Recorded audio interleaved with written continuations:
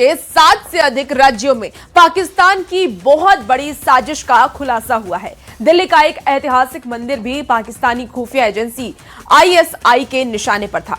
Pakistani gangster ISI के शहजाद भट्टी module के पकड़े गए गुर्गे ने दिल्ली पुलिस स्पेशल सेल की पूछताछ में यह बड़ा खुलासा किया है। बताया जा रहा है कि पाकिस्तानी आईएसआई के इस मॉड्यूल से जुड़े एक आरोपी ने इस मंदिर की रेकी की थी और इस मंदिर के फोटो पाकिस्तान में मौजूद सोशल मीडिया हैंडलर्स को भेजे थे। बताया यह भी जा रहा है कि मंदिर पर मौजूद पुलिसकर्मी और अर्धसैनिक बलों पर गोली चलाकर मंदिर को निशाना बनाना टारगेट में शामिल था। आपको बता दें कि हिसार में मौजूद एक सैन्य कैंप भी पाकिस्तान आईएसआई के निशाने पर था, जिसकी रेकी के वीडियो पाकिस्तान हैंडलर्स को भेजे गए थे। और इसके अलावा इन आतंकियों का प्लान दिल्ली सोनीपत हाईवे पर मौजूद एक मशहूर ढाबे को निशाना बनाना था, जहां हर दिन हजारों की संख्या में लोग आते हैं।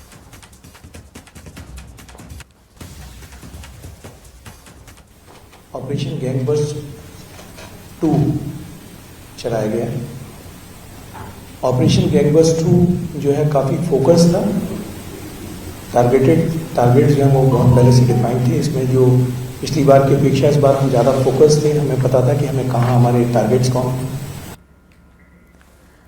और देखिए, दिल्ली पुलिस ने ऑपरेशन गैंग्स बस्ट पार्ट 2 के तहत 48 घंटे के भीतर देश भर में बड़ा ऑपरेशन चलाया है, जिसमें कि दिल्ली, यूपी, पंजाब, हरियाणा, राजस्थान, मध्य प्रदेश और जम्मू कश्मीर समेत कई राज्यों में 1014 ठिकानों पर रेड किया गया, जिसमें कि 483 टारगेट चिन्हित किए गए, 481 गिरफ्तारियां भी हुई हैं और 130 हथियार, 214 कारतूस, 73 चाकू और कई वाहन बरामद किए गए।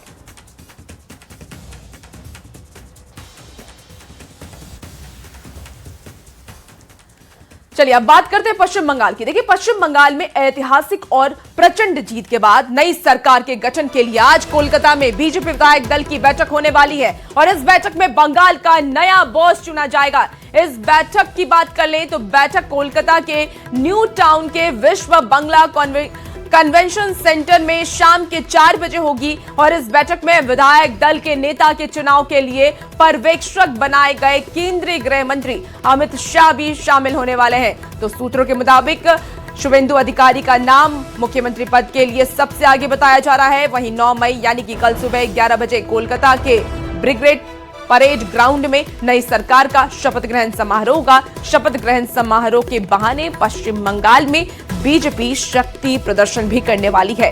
शपथ ग्रहण समारोह के लिए एनडीए के प्रमुख नेताओं को आमंत्रित भी किया गया है।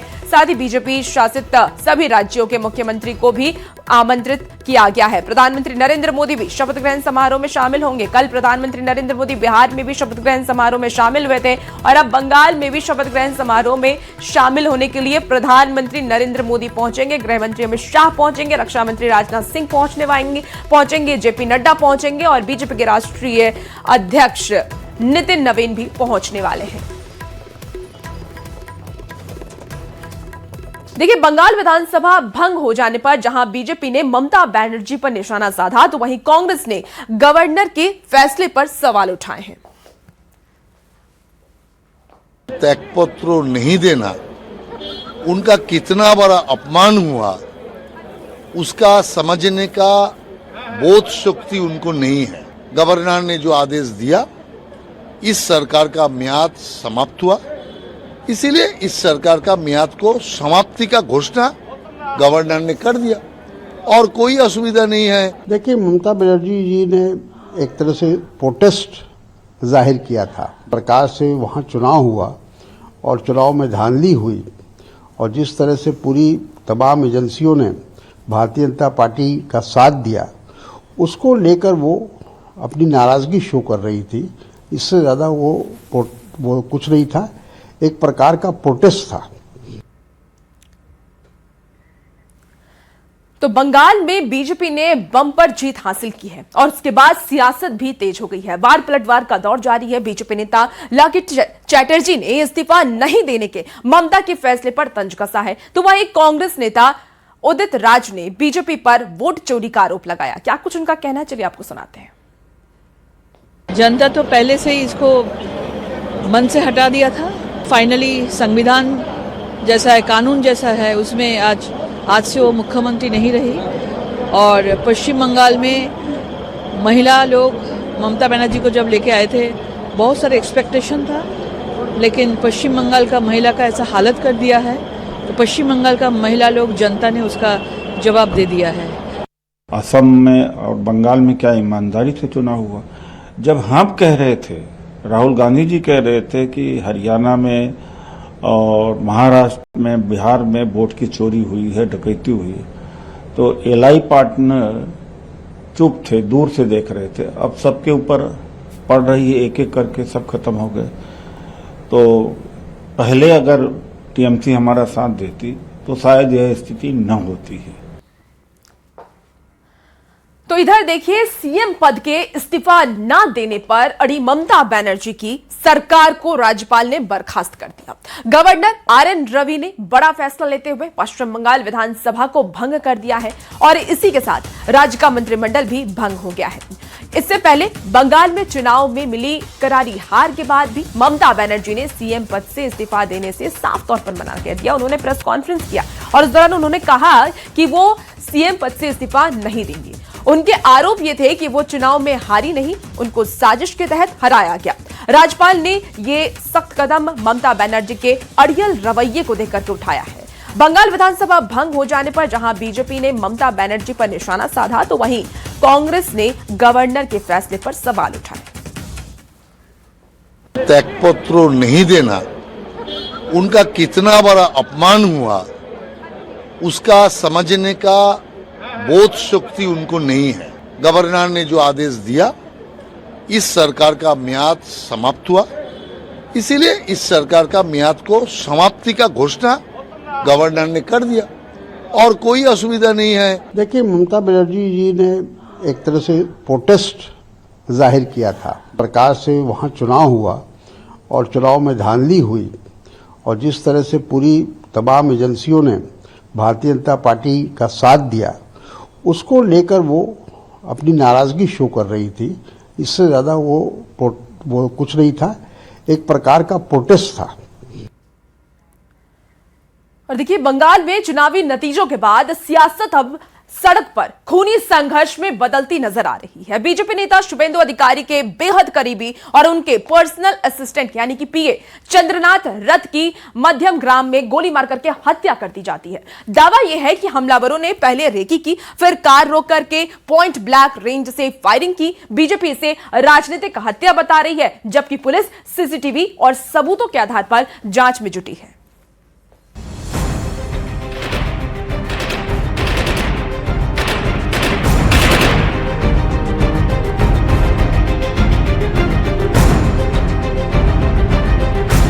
मध्यम ग्राम में शुभेंदु अधिकारी के पीए की हत्या।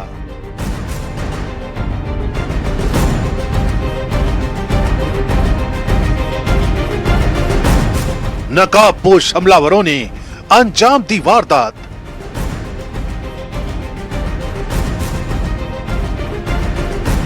बंगाल में किसके इशारे पर हुआ खूनी खेला?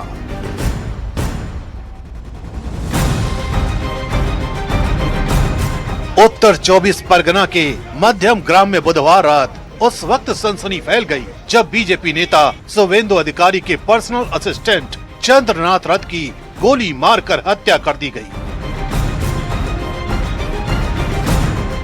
जानकारी के मुताबिक चंद्रनाथ अपनी कार से बारासात की तरफ जा रहे थे, तभी कुछ हमलावरों ने उनकी गाड़ी का पीछा किया और घर के पास पहुंचते ही रास्ता रोक लिया। इसके बाद 2 बाइक सवार नकाबपोश हमलावरों ने बेहद करीब से ताबड़तोड़ फायरिंग कर दी। गोलियां सीधे सिर और छाती में लगी।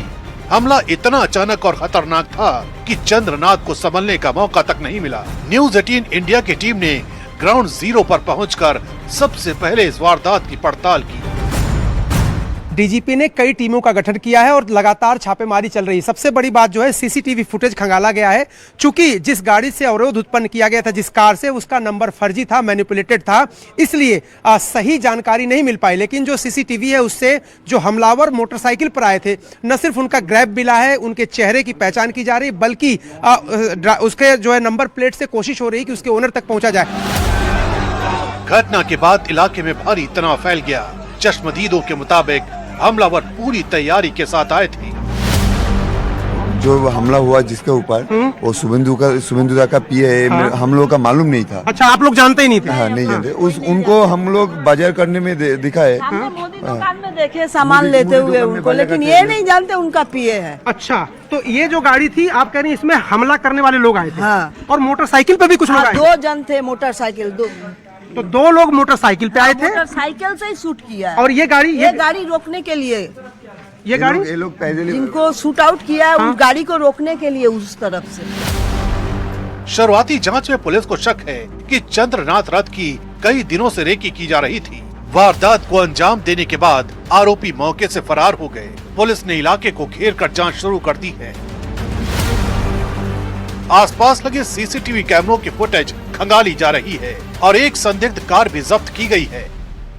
फोरेंसिक टीम ने मौके से गोलियों के खोखे और दूसरे सबूत जुटाए हैं। पुलिस दावा कर रही है कि जल्द आरोपियों की पहचान कर ली जाएगी।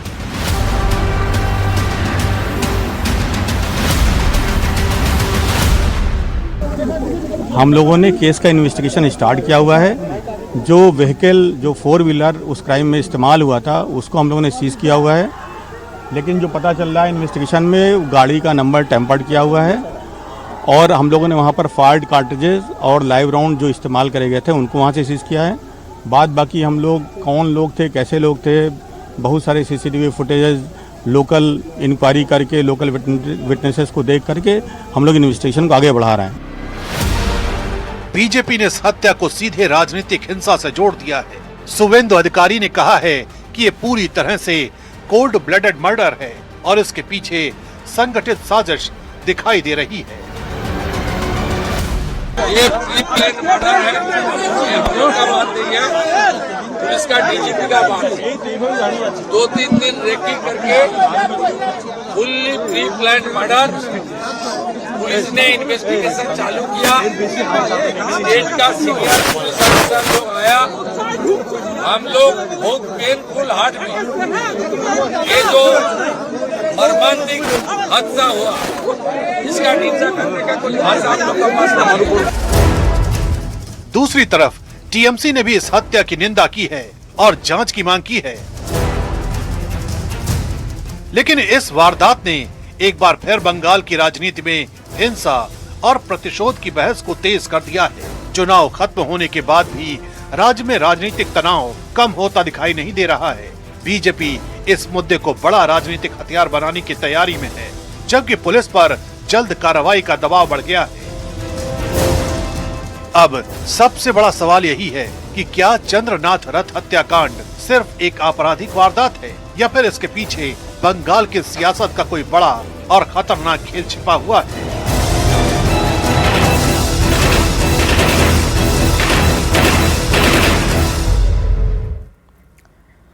अब जरा सोचिए कि पश्चिम बंगाल की राजनीति बदल रही है। राज्य को नया मुख्यमंत्री मिलने जा रहा है। सत्ता परिवर्तन की हलचल के बीच सिर्फ 2 दिन पहले बीजेपी नेता शुभेंदु अधिकारी के सबसे भरोसेमंद सहयोगी, उनके पीए चंद्रनाथ रथ की हत्या कर दी जाती है। उनकी कार को घेरकर गोलियों से छन्नी कर दिया जाता है और सबसे चौंकाने वाली बात तो यह है कि हमले में इस्तेमाल होती है ऑस्ट्रेलिया में बनी ग्लॉक पिस्टल, वही हथियार जिसका नाम देश के कई हाई प्रोफाइल हत्याओं में सामने आ चुका है।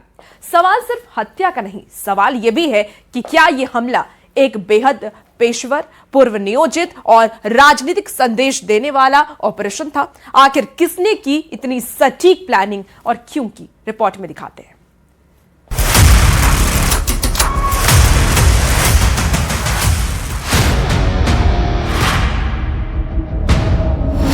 किसके इशारे पर हुई चंद्रनाथ रथ की हत्या?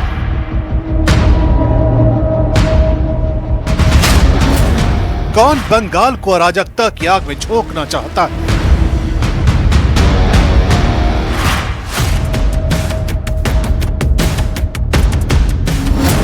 सूत्रों के मुताबिक चंद्रनाथ रथ की हत्या कोई अचानक हुआ हमला नहीं था। हमलावर कई दिनों से उनके मूवमेंट पर नजर रख रहे थे। उन्हें पता था कि चंद्रनाथ किस वक्त निकलते हैं, किस रास्ते से लौटते हैं और घर के पास कौन सी गली सबसे कमजोर पॉइंट है।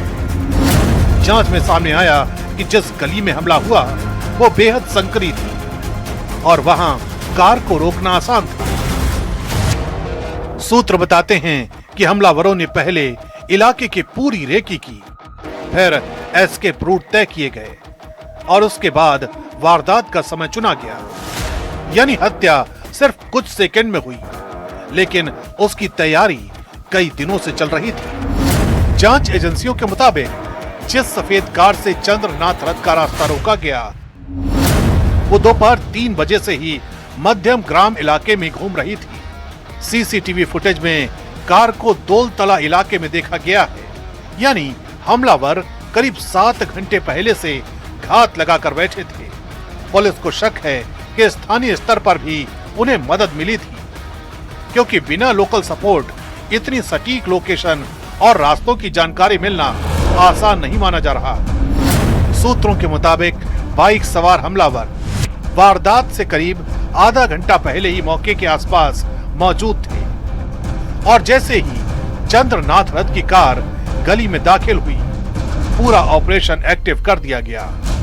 सबसे ज्यादा चौंकाने वाली बात यह है कि हत्या में इस्तेमाल हुई ग्लॉक 43X पिस्टल ऑस्ट्रिया में बनी ये सेमी ऑटोमेटिक पिस्टल बेहद हल्की, तेज और प्रोफेशनल हिट जॉब्स में इस्तेमाल होने वाली हथियार मानी जाती है।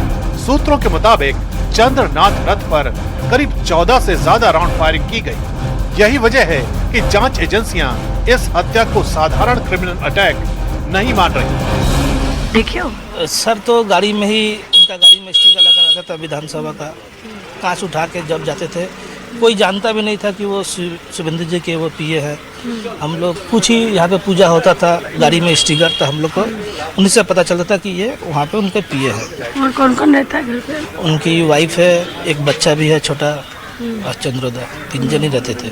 कल को जो आप बता रहे थे कि कोई बता रहा था कि यहाँ पे कोई पहले से कुछ बाइक था, क्या था? देखिए मैं तो देखा नहीं, मैं भी लोग का मैं सुना जहाँ पे हुआ है घटना उसके ऊपर में सर एक फ्लैट है, वहीं पे एक महिला देखी थी कि वो बाइक वाला वहाँ पे आधा घंटा 40 मिनट से हेलमेट पहन के खड़ा था। इससे पहले पंजाबी सिंगर सिद्धू मूसेवाला की हत्या, प्रयागराज में अतीक अहमद हत्याकांड और मुंबई में बाबा सिद्दीकी मर्डर केस में भी ग्लॉक पिस्टल का इस्तेमाल चर्चा में आया था और अब एक बार फिर चंद्रनाथ रथ की हत्या में इस पिस्टल का जिक्र किया गया है। हम लोगों ने केस का इन्वेस्टिगेशन स्टार्ट किया हुआ है। जो व्हीकल, जो 4 व्हीलर उस क्राइम में इस्तेमाल हुआ था उसको हम लोगों ने सीज किया हुआ है, लेकिन जो पता चल रहा है इन्वेस्टिगेशन में गाड़ी का नंबर टेम्पर्ड किया हुआ है और हम लोगों ने वहाँ पर फायर्ड कार्ट्रिजेस और लाइव राउंड जो इस्तेमाल करे गए थे उनको वहाँ से सीज किया है। बाद बाकी हम लोग कौन लोग थे, कैसे लोग थे, बहुत सारे सीसीटीवी फुटेजेस लोकल इंक्वायरी करके, लोकल विटनेसेस को देख करके हम लोग इन्वेस्टिगेशन को आगे बढ़ा रहे हैं।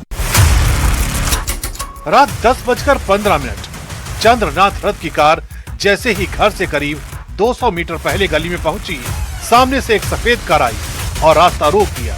उसी पल कई लोग कार से उतरे और पास में खड़ी मोटरसाइकिलों पर सवार होकर ताबड़तोड़ फायरिंग शुरू कर दी।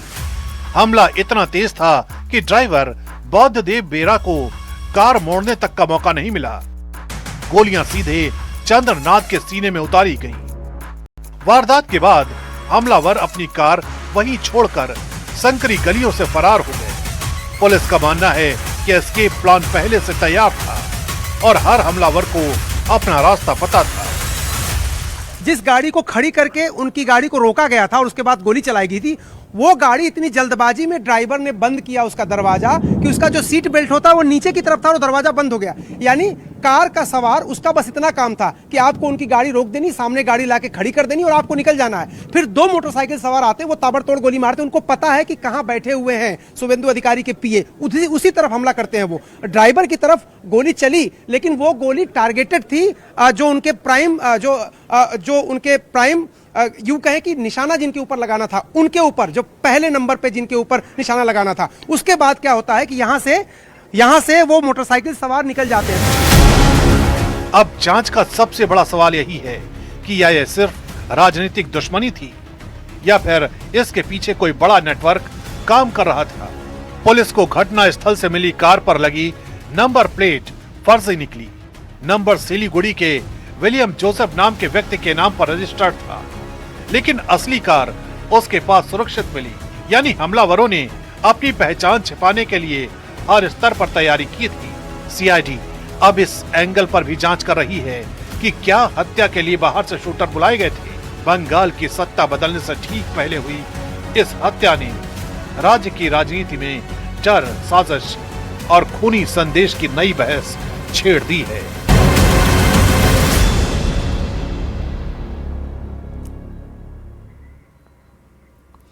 चलिए खबरों में आगे बढ़ते हैं और अब बात तमिलनाडु की करेंगे। तमिलनाडु में सरकार बनाने को लेकर के हलचल अब तेज हो गई है। टीवीके के विधायक चेन्नई में पार्टी दफ्तर पहुंच रहे हैं। इधर एआईएडीएमके खेमे में हलचल तेज हो गई है। एआईएडीएमके के विधायक पुडुचेरी के रिजॉर्ट से निकल चुके हैं। कल भी कुछ विधायक रिजॉर्ट छोड़ चुके थे और जो बचे हैं वो आज रिजॉर्ट से निकल जाएंगे। बताया यह भी जा रहा है कि एआईएडीएमके विधायकों ने पार्टी नेतृत्व पालनी स्वामी को फैसला लेने के लिए अधिकृत भी किया है। तो देखिए तमिलनाडु में अब सरकार बदल रही है और टीवीके जो कि एक्टर विजय की पार्टी है उसने इस बार बम्पर जीत हासिल की है। 108 सीटें टीवीके की तरफ से जीती गई, लेकिन अभी भी सरकार बनाने से वो चंद सीट दूर है। 118 सीटों की जरूरत होती है। अब ऐसे में टीवीके अलग अलग पार्टियों से मिल रही है और उनका समर्थन मांग रही है।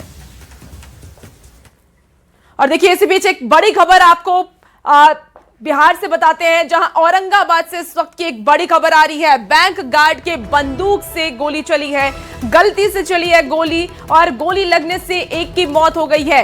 बैंक के रिकवरी एजेंट राजेंद्र पासवान को गोली लगी। राजेंद्र पासवान को गोली लगी है और गोली लगने से उनकी मौके पर ही मौत हो जाती है। मदनपुर के उचौली की यह घटना बताई जा रही है। इंडियन बैंक में यह गोली चली है। मामले की जांच में पुलिस जुट चुकी है। इस वक्त की आपको यह बड़ी खबर औरंगाबाद से बताएं, जहां बैंक गार्ड के बंदूक से गोली चल गई। गलती से हालांकि ये गोली चली है, लेकिन इस गोली चलने की वजह से एक व्यक्ति की मौत हो जाती है। बैंक के रिकवरी एजेंट राजेंद्र पासवान को गोली लगी है। राजेंद्र पासवान को गोली लगी है और गोली लगने से उनकी मौके पर ही दर्दनाक मौत हो जाती है। मदनपुर के उचौली की यह घटना बताई जा रही है। इंडियन बैंक में यह गोली चली है। अब पुलिस को इस बात की जानकारी दी गई। पुलिस मौके पर पहुंची, अब आगे की कार्रवाई कर रही है पुलिस। और ज्यादा जानकारी के साथ संजय सिन्हा हमारे साथ, हमारे सहयोगी जुड़ चुके हैं। संजय, क्योंकि बैंक गार्ड के बंदूक से गोली चली है तो पुलिस की तरफ से अब क्या कुछ कार्रवाई की जाएगी? कब ये गोली चली है, कैसे गोली चली, क्या कुछ जानकारी है?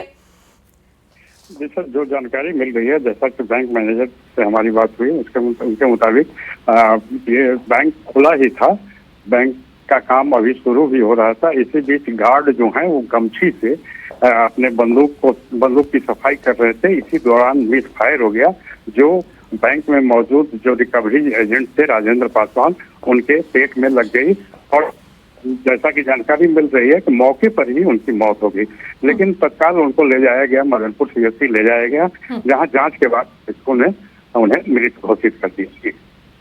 ठीक है, आपसे और अपडेट लेंगे। बहुत शुक्रिया जानकारी के लिए।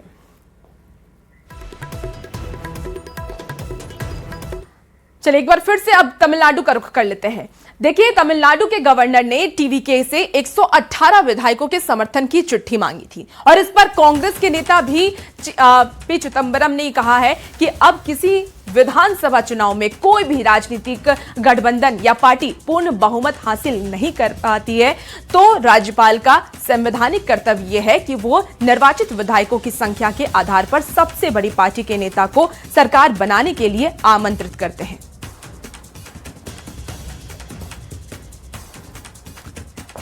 और इसी के साथ वक्त